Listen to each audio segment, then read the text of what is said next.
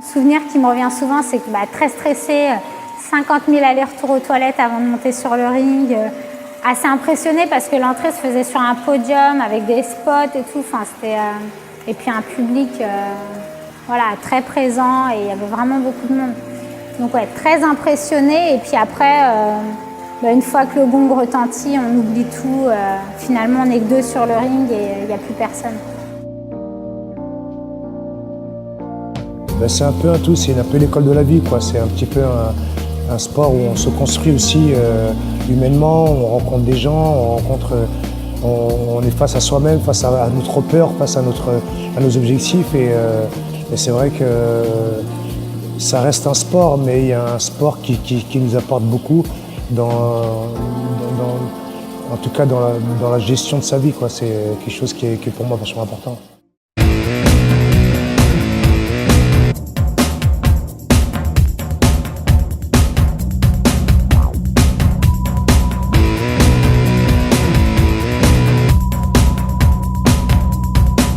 C'était impressionnant, la salle était super belle.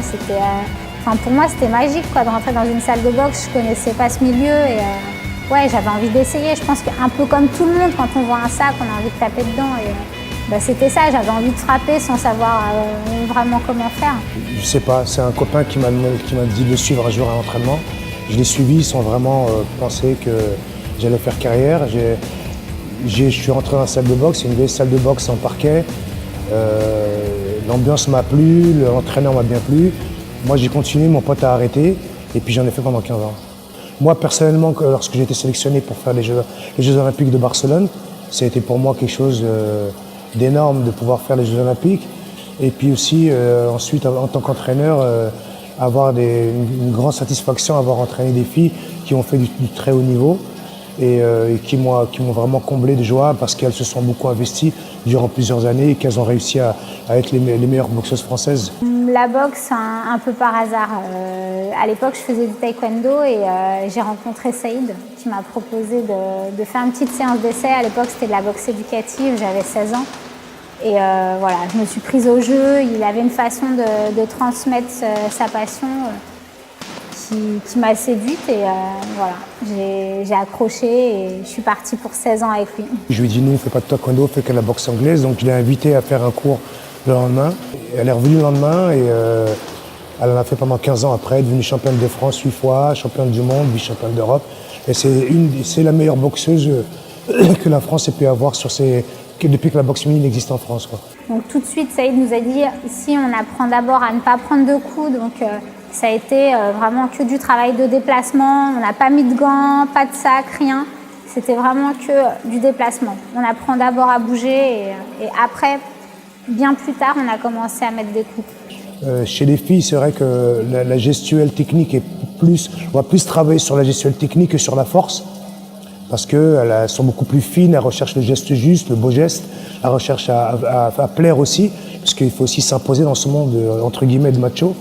Et donc elles vont chercher à faire des gestes qui sont beaucoup beaux à voir et qu'on puisse limite à les comparer, voire à les mettre plus en avant que les garçons. Là, c'est clair que sur la question de savoir si la boxe féminine a autant sa place que la boxe masculine, ça, pour moi, il n'y a pas de doute. Je pense qu'on a fait nos preuves et qu'aujourd'hui, on pèse autant dans le paysage de la boxe. Les seules références qu'on a, on commence à avoir des boxeuses un peu comme référence, mais pour l'instant, les modèles en tout cas moi pour ma part, ça a souvent été des hommes. J'ai toujours été entraînée par des hommes et j'ai toujours voulu boxer comme certains hommes.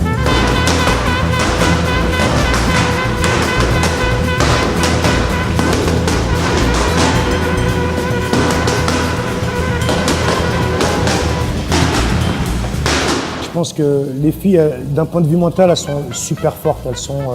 C'est des filles, c'est des athlètes qui lâchent jamais, même quand c'est dur.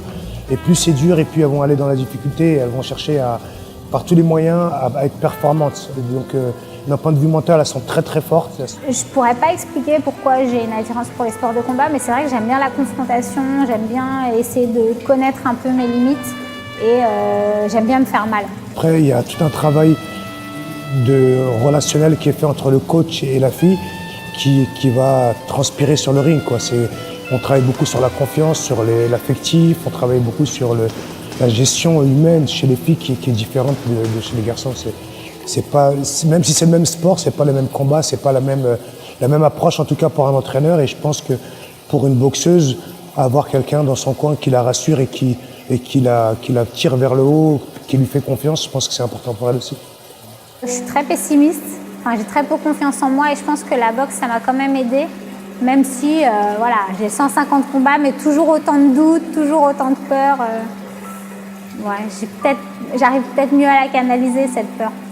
Ben moi, sur la boxe féminine, j'ai été un peu précurseur, donc j'ai pu m'adapter assez rapidement à la spécificité féminine. Après, ça allait au-delà de l'entraînement, il y avait une vraie relation. Moi, Saïd, j'ai vraiment considéré comme mon père pendant toutes ces années et aujourd'hui encore. Donc c'est vraiment une rencontre avec une fille qui est devenue plus qu'une amie, une fille qui vraiment m'a fait progresser aussi dans mon métier d'entraîneur. Parce que j'ai commencé à m'occuper de Sarah alors que j'étais encore en activité en tant que boxeur professionnel. Et donc tout ce que je pouvais apprendre à Sarah, il fallait que moi je puisse le réaliser sur le ring.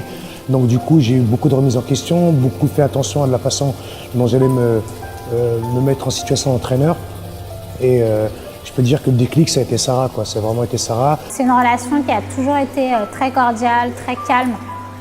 Enfin, en 16 ans, je crois qu'on ne s'est jamais pris la tête. Et, mais après, je pense que c'est nos personnalités aussi. On est deux individualités qui n'aiment pas trop le conflit, voilà. Plus dans un rapport coach-athlète. Pour que ça fonctionne bien, je crois, entre une fille et son entraîneur, on dépasse ces choses-là. L'entraîneur est allé chercher qui se cache derrière les gants. Quelle est la femme qui se cache derrière les gants, ses angoisses, ses joies, ses certitudes, sa vie de tous les jours, comment elle vit. Ce lien est quelque chose qui fait que la fille y arrivera ou y arrivera pas. Je pense que c'est important. Une médaille au monde ou aux Europes, c'est vrai que c'est gratifiant, ok. Mais c'est vrai que là, si je me donne encore des objectifs, c'est vraiment pour aller aux Jeux Olympiques, sinon... Je pense avoir trouvé ma voie en tant qu'entraîneur. Et pour moi, ça va être la boxe féminine, je crois, jusqu'à la fin de ma carrière d'entraîneur. Parce que c'est vraiment la boxe qui me correspond, les rapports qui me correspondent en tant qu'entraîneur. Et c'est une discipline que j'aime beaucoup, que j'ai envie de perfectionner et de développer de plus en plus, quoi.